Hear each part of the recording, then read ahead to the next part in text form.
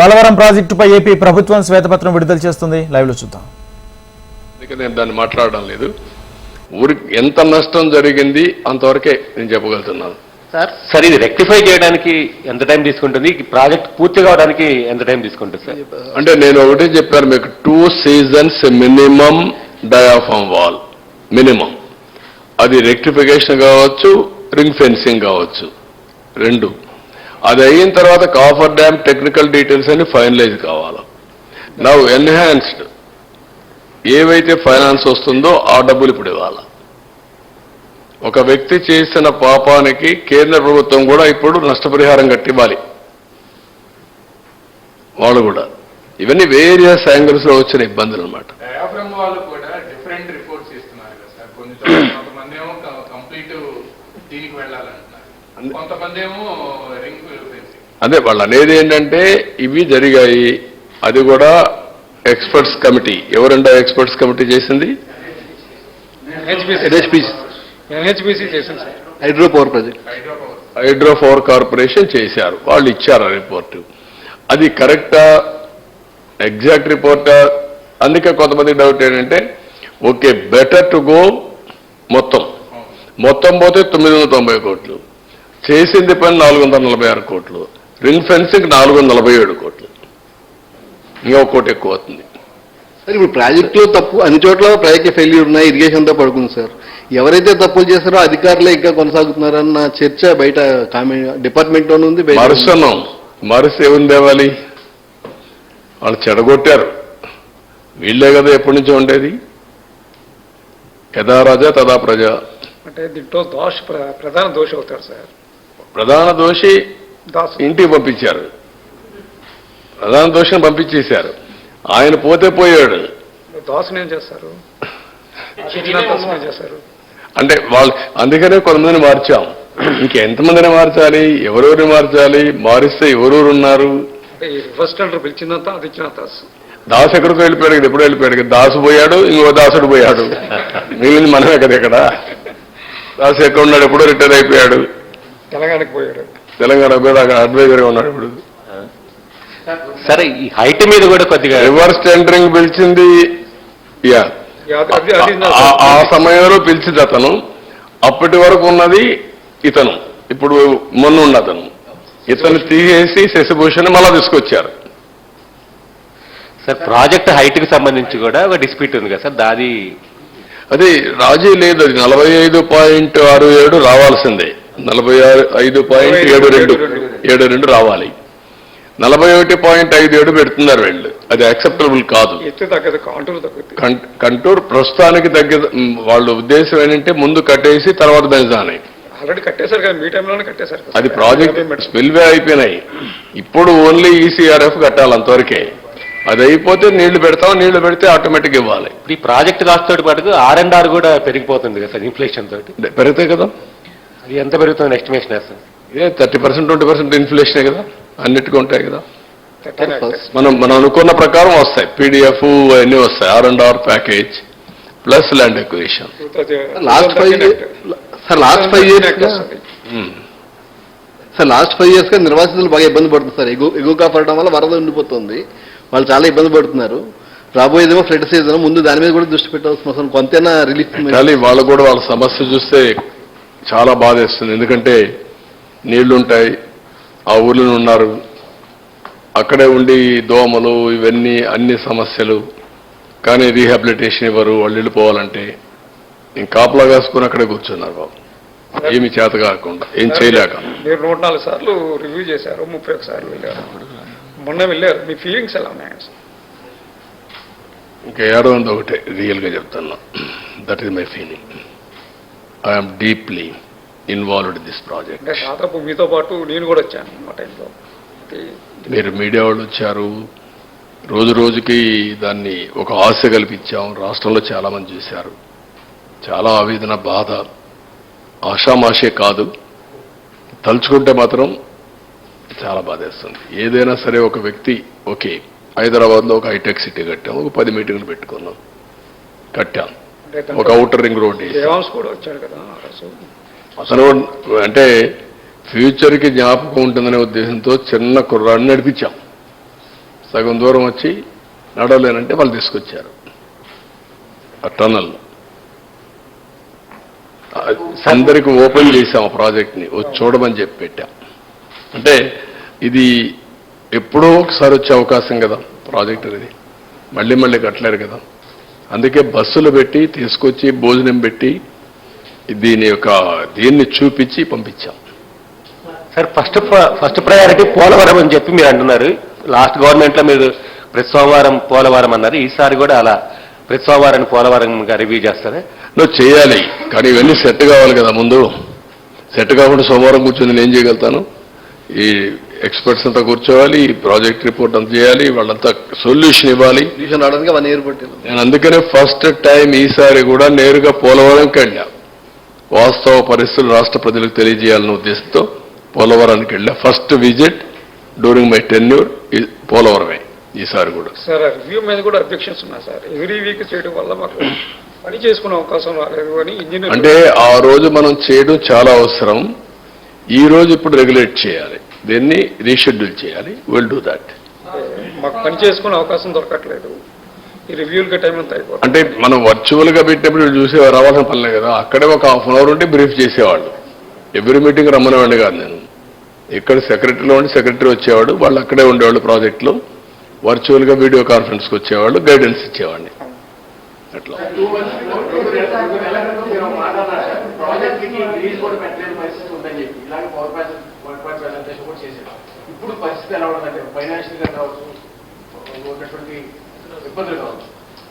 అంటే ఎక్స్పెక్టేషన్స్ హెవీగా ఉన్నాయి.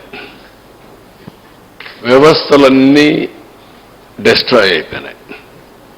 పని చేయడమే తెలియని పరిస్థితి వచ్చింది. ఇంకొక పక్కన ఫైనాన్షియల్గా చాలా ఇబ్బందులు ఉన్నాయి.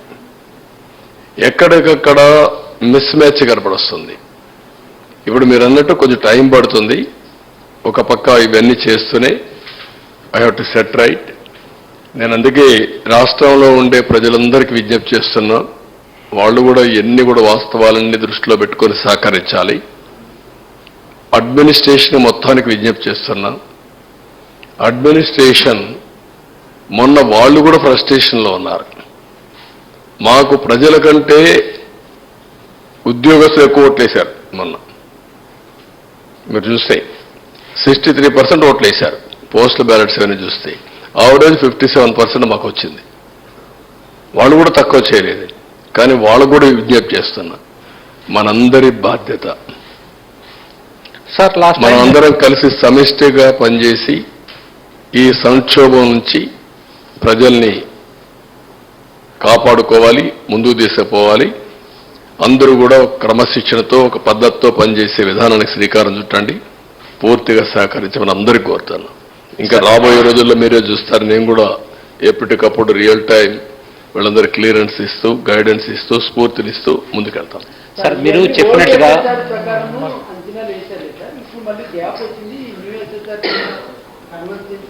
ఏది నేను అవన్నీ చేయాల్సి వస్తుందండి. నా పాత ఎస్టిమేట్స్ ఇవన్నీ రోజు రోజుకు మనం తినే నిత్యావసర వస్తువుల ధరలు కూడా పెరిగిపోతున్నాయి కదా. నిన్నటికి ఉల్లిపాయ ధరలు 100 అయిపోయినాయి. ఇప్పుడు కొనుక్కోవాలంటే ఇన్ఫ్లేషన్ విపరీతంగా కొన్ని వస్తున్నాయి. దాన్ని we have to meet it, how to do it, will work it out. Sir మీరు చెప్పినట్టుగా గడిచిన 5 ఏళ్లలో కేవలం 3.8% వర్క్స్ మరి జరిగాయి. చాలా పనుల సీజన్ కోల్పోయాం. మొత్తంగా మానిటరీ టర్మ్స్ లో ఎంత విధ్వంసం జరిగి ఉంటుంది సార్ ఇలా? నేను అందుకే ఇప్పుడు ఏం చెప్పలేకపోతున్నానో, I will work it out. ఇప్పుడు ఎప్పుడైతే ప్రాజెక్ట్ పూర్తవుతుందో అప్పటి నుంచి నీళ్లు కానిచ్చుంటే దానివల్ల పంటలు ఎక్కువ వచ్చేటివి. పంటలు వస్తే జీఎస్టీపీ పెరిగేది, రైతులకు ఆదాయం వచ్చేది. అదే సమయంలో పవర్ వచ్చి ఉంటే దానివల్ల లాభం వచ్చేది. నష్టపోయింది ఏవైతే ప్రాజెక్ట్ డ్యామేజ్ అయిందో దీనికి మొత్తం ఇప్పుడు చెప్పాను నేను 467 కోట్లతో 66 కోట్లతో ఆ రోజు డయాఫామ్ వాల్ కడితే ప్యారలల్ డయాఫామ్ వాల్ 990 కోట్లు, మోర్ దెన్ డబల్ ఇలాంటివి ఉన్నాయి. దానికి మళ్ళా 2 years gestation period, minimum 2 years, it may take 3 years. ఏమారితే దానికంటే ముందు వీళ్ళు రిపోర్ట్ ఇవ్వాలి. వీళ్ళు డిసెంబర్ లోపల ఇస్తారా ఇవ్వరా? డిసెంబర్ లోపల ఇవ్వకపోతే ఈ ప్రాజెక్ట్ మళ్ళా 1 year డిలే. వేరియస్ కాంప్లికేషన్స్ కానీ కాన్సిక్వెన్సెస్ కానీ ఉన్నాయి. ఇవన్నీ we have to work it out. Sir last time వచ్చిన ఫ్లడ్ అనుకున్న అంటే 41 మీటర్స్ లెవెల్కి వచ్చినప్పటికీ అనుకున్న దానికంటే ఎక్కువ ప్రాంతాలు మెర్జ్ అయిపోయినాయి అని చెప్పేసి నివేదిక ఇచ్చారు. దాని మీద రీసర్వే చేయాలన్నారు మెర్జ్ అయ్యే ప్రాంతాల మీద. అది ఏమన్నా ఆలోచన? Will work it out. అంటే మన రాష్ట్రం పక్క రాష్ట్రాలు కూడా ఉన్నాయి దీంట్లో. పక్క రాష్ట్రాల్లో ఉండేటి కూడా మనం జాగ్రత్తగా వాళ్ళు కూడా కన్విన్స్ చేయాలి. అది కూడా కేసులు ఉన్నాయి. మళ్ళా ఈ దుర్మార్గం చేసిన పనికి ఇప్పుడు కేసులు కూడా ఒరిస్సా కేసు వేసింది, ఛత్తీస్గఢ్ కేసు వేశారు, అవి కూడా పెండింగ్ ఉన్నాయి, కోర్టులో డిస్ప్యూట్స్ ఉన్నాయి. అవన్నీ కాపాడుకుంటూ అందుకని ఒక స్టే ఉంది. మీరు ప్రాజెక్టు కట్టిన తర్వాత ఎక్కడికక్కడ కాంపన్సేషన్ మళ్ళీ వీళ్ళందరికీ R&R ఇవన్నీ పే చేయాలి. అవన్నీ పే చేసిన తర్వాతనే వాటర్ ఇంపౌండ్ చేయాలి కూడా ఒక కేసు కూడా ఒకటి ఉంది. వేరియస్ ఉన్నాయి, ఎప్పుడు ఉంటాయి ఇవన్నీ. ఇంకొక పక్కన ఎవ్రీ ప్రాజెక్ట్ని ఈ ప్రాజెక్ట్ పోలవరాన్ని మళ్ళా 1 year ఎక్స్టెండ్ చేశారు. 1 year 2 years 2 years ఎక్స్టెండ్ చేశారు. ఎవ్రీ 2 years ఒకసారి ఎక్స్టెండ్ చేస్తున్నారు ప్రాజెక్ట్ని. కానీ సమస్యలు లేక సమస్యలు ఉన్నాయి. ఆ సమస్యల మధ్యలోనే వీళ్ళు మరీ సమస్యలు తీసుకొచ్చి జట్లం చేసి ముంచేశారు. అందుకే నేను ఫస్టే చెప్పాను, చాలా సున్నితమైన ప్రాజెక్ట్ ఇది. చాలా జాగ్రత్తగా తీసుకొస్తే తప్ప అటు కేంద్రం, ఇటు రాష్ట్రం, ఇటు ఇంటర్ స్టేట్ ప్రాబ్లమ్స్, ఇంకొక పక్క technical problems, biggest river, highest flow, అదే కాకుండా ఏదైనా జరిగితే safety, east Godavari west Godavari 2 జిల్లాలు వాషౌట్ అయిపోతాయి. అదొక ప్రమాదం. ఇలాంటి అనేక సమస్యలు ఉన్నాయి. కాబట్టి ఆషామాషిగా తీసుకోవడం కరెక్ట్ కాదు. అదే తీసుకున్నారు వీళ్ళు, దానివల్లనే ఈ సమస్యలు వచ్చాయి. సార్ న్యూ కాంట్రాక్ట్ సంస్థలు ఎలక్ట్రిసిటీ సంస్థ ఇప్పుడు ఎవరైతే కాంట్రాక్ట్ సంస్థ దాన్ని ఫిక్స్ చేసే అవకాశం ఉందా? అంటే ఇప్పుడు నేనేమంటే ఆ రోజు కూడా కాంట్రాక్టర్ని మార్చడం తప్పు. నేను కాంట్రాక్టర్ని మార్చలే. మీకు ఒరిజినల్గా కూడా మీరు చూస్తే ట్రాన్స్ట్రాయ్కి ఇచ్చారు, ట్రాన్స్ట్రాయ్ చేయలేకపోయారు. అప్పుడు కొన్ని పనులన్నీ డైరెక్ట్గా పే చేసి కొంతవరకు ఇచ్చేసాం కేంద్రం పర్మిషన్తో. కేంద్రం పర్మిషన్తో అదే ఎస్టిమేట్స్కు పనిచేస్తామని నవయోగ ముందుకు వచ్చారు. ఆ ఎస్టిమేట్స్ ప్రకారమే నవయోగకి ఇచ్చాము, అప్పుడు ఇచ్చాం. అది కూడా కేంద్ర అనుమతితో. అది క్యాన్సిల్ చేసి రివర్స్ టెండర్ పెట్టాడు. కనీసం ఆ వర్క్లో ఆ డబ్బులకు పని చేసి ఉంటే అది వేరే విషయం. అది చేయకుండా రివర్స్ టెండర్ పిలిచి ఏజెన్సీ పేర్లు I don't want to quote, ఎవరేముంది ఎవరు ఇది చేస్తే వాళ్ళ అవకాశం కోసం వాళ్ళ కంపెనీ కోసం పనిచేస్తారు. 2 years కంప్లీట్ చేస్తామని ఇన్ రిటర్న్ ఇచ్చారు. ఏమి ఇచ్చారు? Reverse tendering. మళ్ళా ఏం కండిషన్ పెట్టారు? అన్ని మీరు కానీ సైటు అన్ని కానీ ఫుల్ఫిల్ చేసి మేము ఇస్తాం. ఇప్పుడు ఏమంటారు? మీరు ఫుల్ఫిల్ చేయడం మేము ఇవ్వలేదు. అసలు ప్రాజెక్టే మునిగిపోయింది, మాకే సంబంధం, మేము రాకపోతే మునిగిపోయింది. You can understand litigation. అందుకే వాళ్ళు ఏమన్నారు గవర్నమెంట్ ఆఫ్ ఇండియా, పాత వాడిని కొత్త వాడిని ఇద్దరు తీసుకొస్తున్నారు. డ్యామేజ్ చేస్తే ఎవరు రెస్పాన్సిబుల్? ఎవరిని అడగాలి? How to fix accountability. ఆ మాత్రం జ్ఞానం ఉంటే ఇమీడియట్గా ఆలోచించుకోవాలి కదా. నువ్వైతే ఏం చేసి ఉంటావు? సెన్సిబుల్ పర్సన్ అయితే ఎందుకు వచ్చిందిరా ఇది, కాబట్టి మనం కంటిన్యూ చేయాలని ఆలోచిస్తారు కదా. మీరు ఏం లెక్క పెట్టుకోకుండా చేశాడు, లెక్క పెట్టుకోకుండా మార్చేశాడు. మార్చేస్తాను ఒక మాట అన్నాడు, ఐ హంబ్లీ రిక్వెస్ట్ అన్నాడు, బెగ్ అన్నాడు, in the interest of the state. కనీసం అబయన్స్లో పెట్టమని అడుక్కున్నాడు.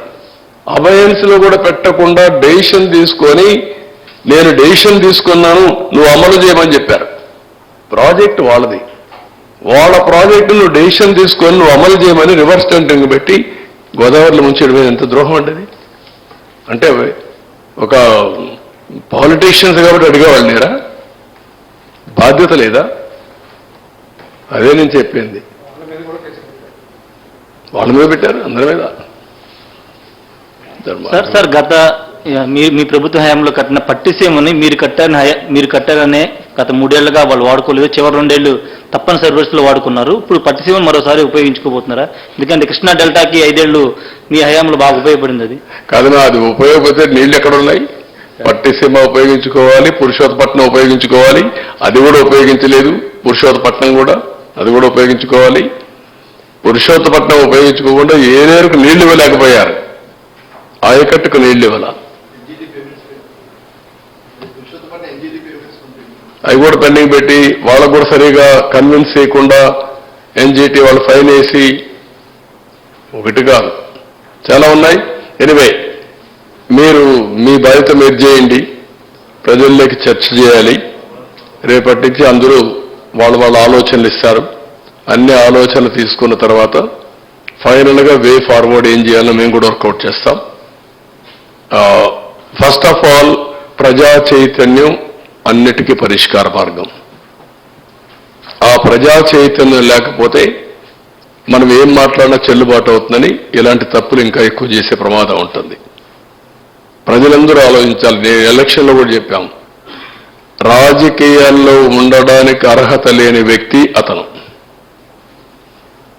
ఇలాంటి వ్యక్తి కూడా రాజకీయాల్లో ఉండి ముఖ్యమంత్రిగా ఉండడానికి అర్హత ఉందా అనేది మొన్న ఎన్నికల్లో చర్చ జరిగింది. దాని ఫలితమే 11 సీట్లు ఇచ్చారు. ఎప్పుడూ రానటువంటి వర్డిక్ట్ వచ్చింది. కానీ ఆ వర్డిక్ట్ అయితేనే అయిపోలేదు. ఇది శాశ్వతంగా ప్రతి ఒక్కరు ఆలోచించుకోవాల్సిన అవసరం ఉంది. అతను చేసిన పనులు 5 ఏళ్లు, అతను చేసిన ఘోరాలు అన్నీ కూడా రాష్ట్రానికి శాపాలుగా మారాయి. అది 10 ఏళ్ళు ఎంటాడుతుందా, 20 ఏళ్ళు ఎంటాడుతుందా, 30 ఏళ్ళు ఎంటాడుతుందా కాలమే చెప్పాలి. సార్ అతను భద్రతను కొనసాగిస్తున్నారు. ఇప్పుడు ఏమంటున్నాడు ఆయన? భద్రత ఎంతమంది ఉన్నారు? 946 మంది, 86 మంది.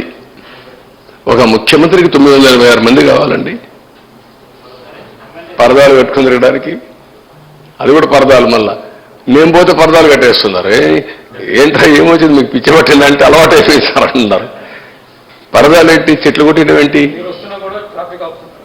లేదు, ఇప్పుడు నేను చూస్తూనే ఉన్నా. ఎవ్రీడే ఆ పక్క ఈ పక్క చూసుకుంటూ ఎంత టైం ఆపుంటారు. నేను పోతూ 2 నిమిషాలు నాకు లేట్ అయినా పర్వాలేదు, ఏం కొంపలు కోల్పోవు, నేను నిలబెడతాను, వాళ్ళు పోయిన తర్వాత వెళ్తారని చెప్తున్నాను. నేను ఆ పక్క కూడా చూస్తున్నా ఎంత దూరం వచ్చాయని.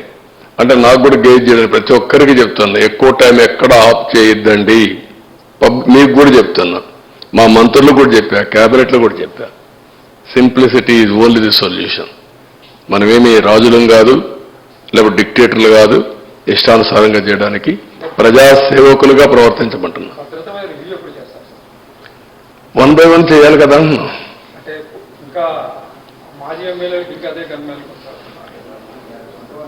నేరస్తులందరికీ సెక్యూరిటీ ఉంది నేరాలు చేయడానికి. పొలిటికల్ నేరస్తులకు అందరికీ ఉన్నాయి, అన్ని రివ్యూ చేస్తాం. కేసులు వేశారు, వీరప్పన్ లాంటి వాళ్ళందరికీ మళ్ళీ కంటిన్యూ చేయాలి. వాళ్ళకు రాష్ట్రాన్ని దోపిడీ చేయాలా, చాలా ఉన్నాయి. అవన్నీ మాట్లాడదాం. ఈ రోజు నా ఉద్దేశం పోలవరానికే కన్ఫైన్డ్ కండి, మిగిలిన విషయాలు మళ్ళీ మాట్లాడదాం. ఇంకా చాలా టైం ఉంది. థ్యాంక్ యూ అని అంటారు.